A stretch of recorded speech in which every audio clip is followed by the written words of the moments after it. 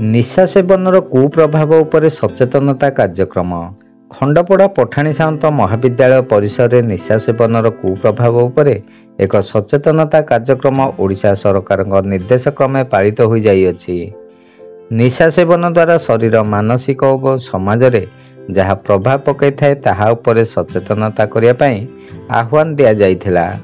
ଅନୁଷ୍ଠିତ ଏହି ସଭାରେ ମହାବିଦ୍ୟାଳୟର ଅଧ୍ୟକ୍ଷା ଡକ୍ଟର ସ୍ୱଚ୍ଛସଲୀଳା ମହାପାତ୍ର ମୁଖ୍ୟ ଅତିଥି ଭାବେ ଯୋଗ ଦେଇଥିଲେ।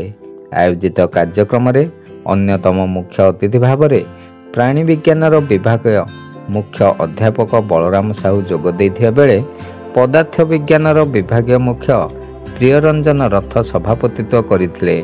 ଛାତ୍ରଛାତ୍ରୀମାନଙ୍କୁ ନିଶା ସେବନ କରିବା ଦ୍ୱାରା ଶରୀର ଉପରେ ଏହାର କିଭଳି ପ୍ରଭାବ ପଡ଼ୁଛି ଏବଂ ସାମାଜିକ ବ୍ୟବସ୍ଥା କିପରି ନଷ୍ଟ ହେଉଛି ତାହା ଆଲୋଚନାର ମୁଖ୍ୟ ବିଷୟବସ୍ତୁ ଥିଲା।